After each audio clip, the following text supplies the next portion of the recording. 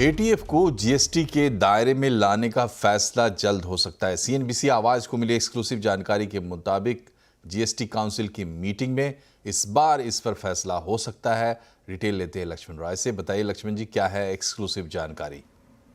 देखिए, इस शनिवार जैसलमेर में जीएसटी काउंसिल की महत्वपूर्ण बैठक हो रही है और जो सूत्रों से मुझे जानकारी मिली है उस बैठक में कई फैसलों के साथ एक जो बड़ा फैसला या फिर कहें कि वो फैसला जिसका लंबे समय से इंतजार हो सकता है वो है जीएसटी के दायरे में या फिर एटीएफ पर जीएसटी लगाया जाए, इस पर चर्चा हो सकती है और अगर सहमति बनती है तो इस पर फैसला भी हो सकता है। बताऊं कि एटीएफ जो है वो हवाई जहाज के फ्यूल के तौर पर इस्तेमाल होता है। एटीएफ बनाने में जितने भी कंपोनेंट या कच्चे माल का इस्तेमाल होता है वो सब जीएसटी के दायरे में है, लेकिन एटीएफ जो है जीएसटी के दायरे में नहीं है। इसका नुकसान ये होता है कि एटीएफ पर अभी सेंट्रल एक्साइज ड्यूटी लगती है और फिर कुल कीमत पर वैट लगता है, वैल्यू एडेड टैक्स लगता है, जो राज्य सरकारें लगाती है। हर राज्य में अलग अलग ड्यूटी के स्ट्रक्चर होती हैं। इस हिसाब से कई राज्यों में 30% तक एटीएफ पर ड्यूटी लग चुकी होती है। इससे हवाई किराया काफी ज्यादा महंगा हो जाता है, जबकि सरकार सस्ते में हवाई सफर सुनिश्चित करना चाहती है। यही वजह है कि कई राज्यों ने मांग की थी कि जीएसटी के दायरे में एटीएफ को लाया जाए या एटीएफ पर जीएसटी लगाया जाए, इस पर विचार किया जाए। तो इस जीएसटी काउंसिल की बैठक में एटीएफ पर जीएसटी लगाने पर विचार हो सकता है और सहमति बनती है तो फैसला हो सकता है। विचार लगाने का इसलिए मैं कह रहा हूं क्योंकि जीएसटी एक्ट के मुताबिक एटीएफ पहले से ही जीएसटी के दायरे में है। उस एक्ट में लिखा यह गया है, एक्ट देखूं तो एक्ट के सेक्शन 12 के सब सेक्शन 5 में यह लिखा गया है कि जीएसटी के दायरे में एटीएफ तो है, लेकिन कब लगाना है और कितना लगाना है ये जीएसटी काउंसिल तय करेगी। तो अब जीएसटी काउंसिल को सिर्फ ये तय करना है कि एटीएफ पर जीएसटी कब लगाया जाए, तारीख, और जीएसटी के दरें क्या है वो आपको तय करना है। तो इसी के लिए जीएसटी काउंसिल की बैठक में शायद इस पर विचार हो और सहमति बनती है तो ये तय हो सकता है। जी, ये एविएशन इंडस्ट्री के लिए कितनी बड़ी राहत होगी और राज्य इसके लिए कितना तैयार होंगे? देखिए, इसमें दोनों चीजें हैं कि एविएशन इंडस्ट्री के लिए एक बहुत बड़ी राहत होगी, क्योंकि एविएशन इंडस्ट्री की सबसे बड़ी दिक्कत यह है, उनका कहना है कि हमारी लागत का एक बड़ा हिस्सा टैक्स के तौर पे चला जाता है, क्योंकि एटीएफ उनका मेन कंपोनेंट होता है उनकी लागत का। जैसा कि मैंने कहा कि कई राज्यों में 30% तक होता है। ड्यूटी कैसे लगती है कि एटीएफ की कुल कीमत उस पर लग गया सेंट्रल एक्साइज ड्यूटी और दोनों मिल गया उस पर वैट लगता है, तो दोहरी ड्यूटी लग जाती है एक तरीके से कहें। जैसे जैसे सेंट्रल एक्साइज ड्यूटी बढ़ती जाएगी वैट खुद ब खुद राज्यों का अपना बढ़ता जाता है। तो इसमें एक दिक्कत ये होती है, राज्य कहें कि अगर आप जीएसटी लगा देंगे तो हमारे खजाने का एक बड़ा हिस्सा एटीएफ होता है, टैक्स जो होता है वो होता है, तो उसको भरपाई कैसे करेंगे? तो भरपाई का कोई फॉर्मूला यहाँ पे सरकार निकालेगी तभी राज्य यहाँ पे मानेंगे। लेकिन एक राजनीतिक रास्ता होता है, जो भाजपा शासित राज्य हैं, जो एनडीए वाले राज्य हैं, वहां पे शायद सहमति बने, जो गैर भाजपा शासित राज्य है वहां से थोड़ी सी आपत्ति आए। तो इसमें बीच का रास्ता ये होता है कि राज्यों की भरपाई हो, नुकसान कम से कम हो। इसका अगर रास्ता निकल जाता है तो राज्य इसमें बेशक तैयार हो सकते हैं, क्योंकि जीएसटी का एक्ट के तहत पहले से एटीएफ इसमें है, तो सिर्फ तारीख तय करनी है और जीएसटी की दरें तय करनी है। बहुत बहुत शुक्रिया लक्ष्मण जी। बढ़ते हैं आगे। डॉक्टर भीमराव अंबेडकर के कथित अपमान की लड़ाई अब धक्का मुक्की के स्तर पर आ चुकी है। आज संसद भवन परिसर में बीजेपी और कांग्रेस के सांसदों के बीच धक्का मुक्की हुई। बीजेपी और कांग्रेस एक दूसरे पर आरोप लगा रहे हैं। बीजेपी का कहना है कि राहुल गांधी ने संसद के मकर द्वार की सीढ़ियों पर उनके सांसदों को धक्का दिया। इसमें उड़ीसा के बालासोर से बीजेपी सांसद प्रताप सारंगी और यूपी के फर्रुखाबाद से बीजेपी सांसद मुकेश राजपूत को चोटें आई हैं और वो अस्पताल में भर्ती हुए। प्रधानमंत्री नरेंद्र मोदी ने दिल्ली के राम मनोहर लोहिया अस्पताल में फ़ोन कर दोनों सांसदों की हालत की जानकारी ली। दूसरी तरफ राहुल गांधी का कहना है कि धक्का मुक्की उन्होंने नहीं की, बल्कि सामने वाले बीजेपी सांसदों ने उनका रास्ता रोका और उन्हें धक्का दिया। यही नहीं, कांग्रेस ने लोकसभा के स्पीकर से शिकायत भी की है। धक्का मुक्की के दौरान पार्टी अध्यक्ष मल्लिकार्जुन खड़गे को जमीन पर बैठना पड़ा, जबकि उनके घुटने का ऑपरेशन हुआ है और वो जमीन पर नहीं बैठ सकते। कांग्रेस ने पूरी घटना की जांच कराने की मांग की है। वहीं बीजेपी के सांसदों और कांग्रेस दोनों ने एक दूसरे पर एफआईआर भी दर्ज करा दी है। बीजेपी सांसद प्रताप सारंगी ने कहा कि राहुल गांधी ने एक दूसरे सांसद को धक्का मारा था और वो उन पर गिर पड़े। आपने खड़ा हुआ था, राहुल गांधी एक एमपी को धक्का लगा, मेरे ऊपर गिर पड़ा और मैं नीचे गिर गया। किसने धक्का मारा? राहुल गांधी ने? हाँ, राहुल गांधी ने। राहुल गांधी ने धक्का मारा? राहुल गांधी। कौन सी जगह पे सर? किस जगह पे सीढ़ी के ऊपर में मैं खड़ा हुआ था और राहुल गांधी ने आकर के एक एमपी को धक्का लगाया, वो मेरे ऊपर गिर पड़ा। और आइए देखते हैं कि राहुल गांधी बीजेपी के चोटिल सांसद प्रताप सारंगी के पास पहुंचे तो क्या हुआ। क्या राहुल, क्या शर्म नहीं आती है? क्या शर्म नहीं आती है? गुंडागर्दी करते हो, बूढ़े को गिरा दिया जाता है। इतना कौन गुंडागर्दी करते हो? संसदीय कार्य मंत्री किरण रिजिजू ने कहा है कि राहुल गांधी संसद में ताकत दिखा रहे हैं, जबकि बीजेपी के सदस्यों ने संयम से काम लिया। अमित शाह जी का पूरा भाषण का छोटा सा 10-12 सेकंड क्लिप दिखा करके जो भ्रमित करने का कोशिश किया, उसका खिलाफ एनडीए एमपीज का प्रदर्शन चल रहा था। तो अपना अपना बात रखने का अधिकार होता है। कौन सा कानून राहुल गांधी को वो ताकत दिया है कि वो आ करके दूसरे एमपी को धक्के मार करके चोट पहुंचाने का? मैं अभी सीधा सीधा राहुल गांधी को सवाल करना चाहता हूं कि अगर सब लोग अपना ताकत दिखा करके मारपीट करने लग जाएंगे तो पार्लियामेंट कैसे चलेगा?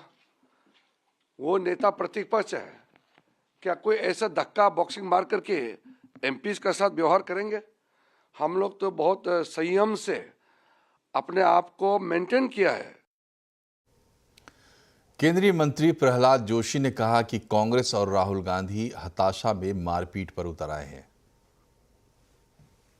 ये गुंडागर्दी का बर्तव्य जो है, ये तो मैं खंडन करता हूं। और ये गुंडागर्दी क्यों करना चाहिए? प्रजातंत्र में हार और जीत चलता ही रहता है। वर्षों तक, दशकों तक हम भी हारे थे, लेकिन ऐसा व्यवहार कभी नहीं किया है। और अभी झूठ फैलाने का कोशिश कर रहे हैं, मुझे अंदर जाने नहीं दिया। इधर तो साफ साफ है, तो लोग अंदर जाने के लिए उनको बोल रहे थे, जगह दे रहे थे। तो फिर भी उन्होंने पहले संदीप पात्रा को ऐसा एक मारा, बाद में इनको मुकेश जी को धक्का मारा। मुकेश जी को धक्का मारने के बाद उन्होंने सारंगी के ऊपर गया। वहीं राहुल गांधी ने कहा है कि धक्का उन्होंने नहीं मारा, बल्कि बीजेपी सांसदों ने उन्हें रोका और धक्का मुक्की की। आपके कैमरा में होगा, ये पार्लियामेंट की एंट्रेंस है, इसमें मैं अंदर जाने की कोशिश कर रहा था, तो बीजेपी के एमपी जो थे वो मुझे ऐसे रोकने की कोशिश कर रहे थे, धकेल रहे थे और मुझे धमका रहे थे, तो वो हुआ है बस।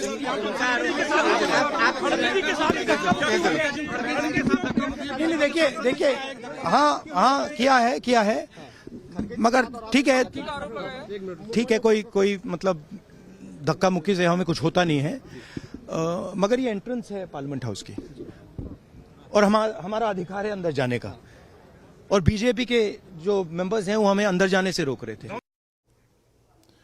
और प्रियंका गांधी ने कहा कि बीजेपी बाला साहेब और संविधान के खिलाफ है और साजिश के तहत राहुल गांधी के साथ धक्का मुक्की की गई है। अगर आप सोचते हैं, अगर इस देश की जनता सोच रही है कि ये लोग संविधान की रक्षा करेंगे, अगर आज भी इस देश की जनता किसी भी कंफ्यूजन में है, तो कंफ्यूजन दूर हो जाए। इनकी असली जो भावना है वो निकल गई अमित शाह जी की बातों में। इनकी असली भावना आज आपको दिख गई यहाँ पे, जहाँ पे ये हिंसक भावना रख रहे हैं। इनके मुंह से जय भीम निकल भी नहीं सकता। मैं इनको चैलेंज करती हूँ बीजेपी की एमपी से, यहाँ खड़े होके जय भीम बोले। हम चलते हुए आ रहे हैं, उन्होंने मकर द्वार पे आके हमको रोकने के लिए वहां बैठ गए और हम पार्लियामेंट को टाइम भी खत्म हुआ था और 5 मिनट बाकी थी, इसलिए हम अंदर जाना चाहते थे, लेकिन उन्होंने दरवाजे पे रोका और ऐसा कि उन्होंने अपना मसल पावर दिखाने के लिए इतने सारे वहां पर उनके पुरुष एमपीज थे, पूछो मत। हमारे ऊपर हमला करके, और मैं उसमें पहले ही मैं किसी को धक्का देने की स्थिति में नहीं हूं, लेकिन मेरे को खुद वो लोग धक्का दिए, मैं अपना बैलेंस नहीं संभाल सका, मैं नीचे बैठ गया। तो अब हमारे ऊपर इल्जाम भी लगा रहे कि हमने धक्का दिया, हमने उनको गिराया। अंबेडकर के नाम पर हो रही लड़ाई आखिर हाथापाई पर क्यों आई? आज आवाज अड्डा में इसी पर होगी बड़ी चर्चा, शाम 7:57 पर। सरकार ने one nation one election bill की समीक्षा के लिए 21 सदस्यों वाली संयुक्त संसदीय समिति जेपीसी का गठन कर दिया है। समिति में बीजेपी की तरफ से पूर्व मंत्री अनुराग ठाकुर, पीपी चौधरी, कांग्रेस की तरफ से प्रियंका गांधी और मनीष तिवारी, टीएमसी की तरफ से कल्याण बनर्जी का नाम शामिल है। ये समिति एक देश एक चुनाव रिफॉर्म से जुड़े दोनों बिलों की स्क्रूटनी करेगी। कमेटी के अन्य सदस्यों में बीजेपी से केंद्रीय मंत्री पुरुषोत्तम रूपाला, भृतहरि महताब, अनिल बलूनी, सीएम रमेश, बांसुरी स्वराज, विष्णुदयाल राम, संबित पात्रा का नाम शामिल है। कांग्रेस से सुखदेव भगत, शिवसेना से श्रीकांत शिंदे, समाजवादी पार्टी से धर्मेंद्र यादव, डीएमके से टीएम सेल्वा गणपति, एनसीपी शरद पवार से सुप्रिया सुले भी इसमें शामिल हैं। और अब बात करते हैं बाजार की। खराब ग्लोबल संकेतों ने आज बाजार का मूड बिगाड़ दिया। बाजार लगातार चौथे दिन गिरावट के साथ बंद हुआ है। सेंसेक्स निफ्टी 1% से ज्यादा फिसले हैं। सेंसेक्स 964 पॉइंट गिरा। निफ्टी में 247 पॉइंट्स की गिरावट रही, लेकिन mid cap small cap index नीचे से सुधर कर बंद हुए हैं। डिटेल बता रही हैं कंचन नौटियाल। सेक्टर स्पेसिफिक बात करी जाए तो केवल फार्मा ही ये सेक्टर था जो ग्रीन में बंद हुआ है, बाकी तो सारे ही सेक्टर लाल रंग के साथ बंद हुए हैं। स्टॉक स्पेसिफिक एक्शन की बात कर लेते हैं कि कौन से स्टॉक्स में अच्छा खासा एक्शन देखने को मिला है।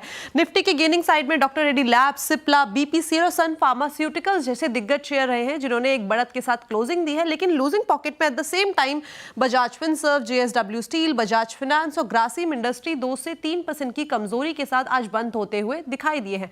मिड कैप में कैसा एक्शन रहा है उस पर भी नजर डालते हैं। ऑरेकल फाइनेंशियल में करीबन 3.5%, ल्यूपिन 3%, बीएससी लिमिटेड में करीब 3% और मैनकाइंड फार्मा में 2.5% का एक इजाफा देखने को मिला है। लूजिंग पॉकेट में देखा जाए तो कमिंस में 5% की गिरावट, भारतीय हेक्साकॉम करीबन 3.25%, डिलीवरी में करीबन 3.25% और साथ ही साथ भारत डायनामिक्स आज करीबन 3% की कमजोरी के साथ बंद हुआ है। अमेरिका में फेड के ब्याज दरों में कटौती से कमोडिटी बाजार में दबाव दिख रहा है। खासकर सोना चांदी की कीमतों में गिरावट दिखी है। यही नहीं, सभी एशियाई करेंसियों में भी डॉलर के मुकाबले गिरावट है। रुपया 85 के स्तर तक गिर गया है। कमोडिटी एडिटर मनीषा गुप्ता हमसे जुड़ गई हैं। मनीषा जी, फेड के फैसले का असर कमोडिटीज और करेंसीज पर कैसे पड़ा है?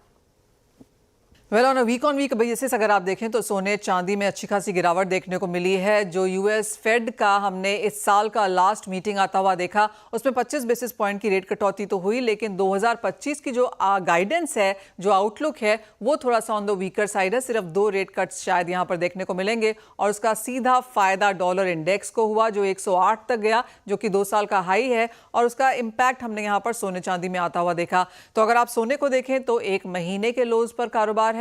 चांदी 5 हफ्ते के लोज के आसपास यहां पर कारोबार करती हुई नजर आई। काफी हद तक ईयर एंड भी है तो अनवाइंडिंग ऑफ लॉन्ग पोजीशंस भी यहां पर बनता हुआ नजर आ रहा है, जो कि आप सीएफटीसी की रिपोर्ट से देख सकते हैं। भारतीय बाजारों की अगर बात की जाए तो अब इन करंट लेवल्स में सोने में अपने ऑल टाइम हाई से करीबन 8% की गिरावट सोना दर्ज कर चुका है, और चांदी जो कि 1 लाख पर थी, आज की गिरावट के बाद यहां पर 15% की कटौती हमने यहां पर भी आते हुए देखी है। मार्केट्स को लगता है कि कुछ बहुत और बेरिशनेस यहां पर देखने को मिल सकती है। फर्स्ट क्वार्टर 2025 में जब ट्रंप नए यूएस प्रेसिडेंट के तौर पर आएंगे, किस तरह की ट्रेड पॉलिसीज और टैरिफ्स वो लगाते हैं, उसके रिएक्शन में सोना यहां पर आपको बनता हुआ नजर आएगा। But for the near term कोई बहुत बड़ी खरीदारी करने की उम्मीद नहीं है। और इस बार के इंपोर्ट एक्सपोर्ट के आंकड़ों में भी एक अजीब सा मामला सामने आया है। एक तो नवंबर में सोने का रिकॉर्ड इंपोर्ट हुआ है, दूसरा ये कि सोने के इंपोर्ट में सरकार और इंडस्ट्री के डेटा में 40 टन का अंतर है। अब इसकी जांच सरकार कर रही है। मनीषा जी बताइए, ये आंकड़ों की गड़बड़ी क्या है? नवंबर का डेटा, और यहाँ पर एक बहुत बड़ा डिस्टेंस है।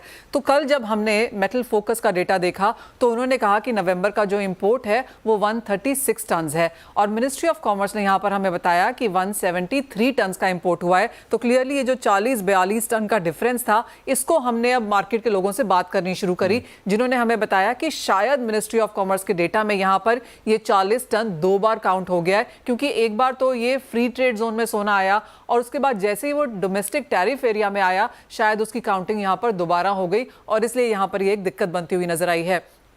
क्लियरली हमने एक बहुत बड़ी हेडलाइन यहाँ पर सोने की तरफ से आते हुए देखी कि ट्रेड डेफिसिट रिकॉर्ड हाइज पर है, रुपए में उस वजह से यहाँ पर गिरावट देखने को मिली। और कल जैसे जैसे ये डेटा सामने आता गया और हमने मिनिस्ट्री को भी ये डेटा भेजा, हमने क्वेरीज भी वहाँ पर करी, और शाम तक फाइनली ये खबर सरकार की तरफ से आई कि वो यहाँ पर प्रोबेबली, और ये गवर्नमेंट सोर्सेज के थ्रू है, डायरेक्टली यहाँ पर कोई इन्फॉर्मेशन अभी भी नहीं है, लेकिन वो इसे देख जरूर रहे हैं, क्योंकि कस्टम का डेटा आपको यहाँ पर देखना होगा। जो सोना एक बार आया है वो वहाँ पर काउंट हो जाएगा, तो उससे क्लैरिटी आ जाएगी। तो जो फाइनल नंबर्स निकल के आ रहे हैं, जो वो फ्यू बिलियंस डॉलर्स की बात यहाँ पर की जा रही है, बाजार ने तो ये भी कहा कि जुलाई में जब ड्यूटी कट हुई है तो उसके बाद बहुत ज्यादा इंपोर्ट यहाँ पर आया और शायद तभी से यहाँ पर गणित डगमगाया है, लेकिन ऐसा नहीं हुआ। जो मेजर डिफरेंस है वो यहाँ पर नवंबर में है, और वो भी इसलिए क्योंकि इतना ज्यादा इंपोर्ट हुआ और इतनी बड़ी ज्यादा वहां पर डिस्पैरिटी आई, तो उसकी वजह से यहाँ पर सबकी नजर गई है। तो अब माना यह जा रहा है कि एक बार कॉमर्स ऑफ मिनिस्ट्री और कस्टम का डेटा जब यहाँ पर वापस से रिकैलकुलेट किया जाएगा तो शायद हम यहाँ पर ये नंबर थोड़ा घटता हुआ देखेंगे।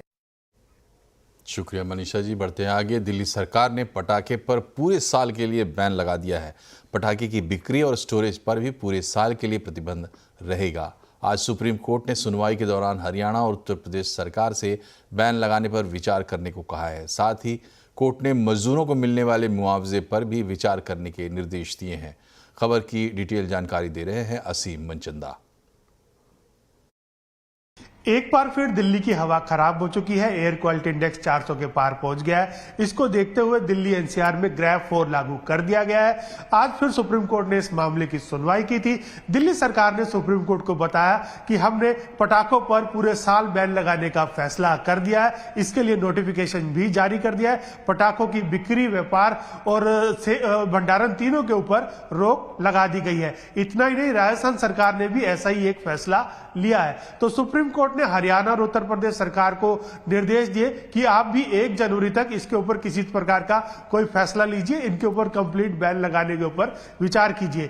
दिल्ली एनसीआर में ग्रैब 4 लागू हो चुका है और ग्रैब 4 के अंदर कंस्ट्रक्शन एक्टिविटी बंद रहती है। तो सुप्रीम कोर्ट ने पाया कि अभी तक जितने भी मजदूर हैं उनको मुआवजा नहीं दिया गया। तो सुप्रीम कोर्ट ने राज्यों को निर्देश दिए कि आप सुनिश्चित करें जो मजदूर हैं उनको मुआवजा दिया जाए। सुप्रीम कोर्ट ने सभी राज्यों से कहा है कि आप हमें बताइए कि अब तक किन किन राज्यों ने मुआवजा दे दिया। सारी डिटेल सुप्रीम कोर्ट ने राज्यों से मांगी है। 5 जनवरी तक ये सारी डिटेल सुप्रीम कोर्ट को देनी होगी और सुप्रीम कोर्ट अब इस पूरे मामले की सुनवाई 15 जनवरी को करेगा। तो यहां रुकते एक छोटे से ब्रेक के लिए तुरंत हाजिर होते हैं। खबरें भी और भी हैं, बने रहिए हमारे साथ।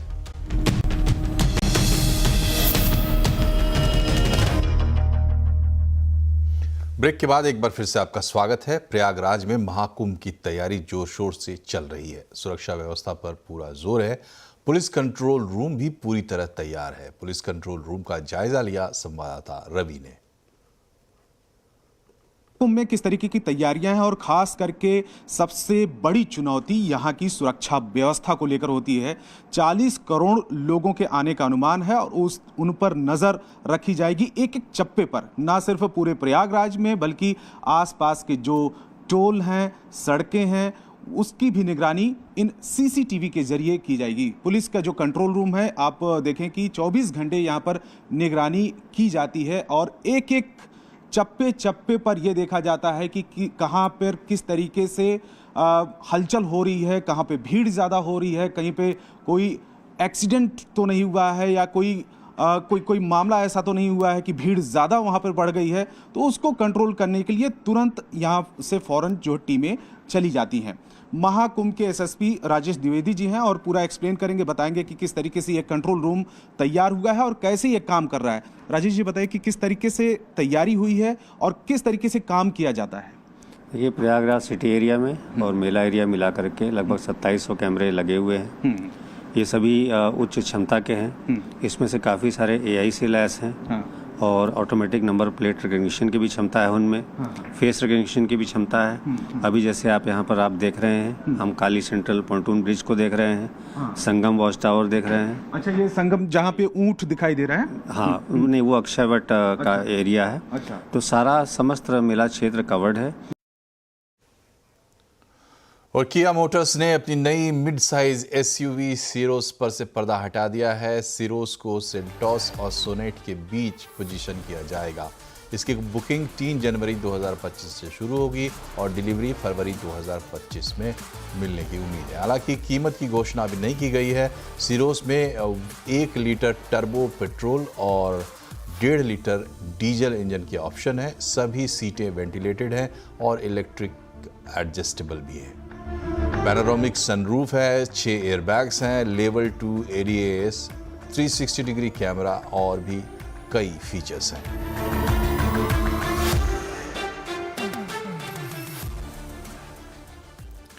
चैंपियंस ट्रॉफी 2025 के शेड्यूल को लेकर अहम जानकारी सामने आई है। आईसीसी ने ऐलान किया है कि भारत और पाकिस्तान के सभी मुकाबले न्यूट्रल वेन्यू पर खेले जाएंगे, यानी अब दोनों टीमें किसी भी आईसीसी टूर्नामेंट में एक दूसरे के देश में दौरे पर नहीं जाएंगी। आईसीसी के मुताबिक चैंपियंस ट्रॉफी हाइब्रिड मॉडल में होगा और ये नियम 2027 तक लागू रहेगा। टूर्नामेंट का आयोजन अगले साल फरवरी और मार्च में होना है।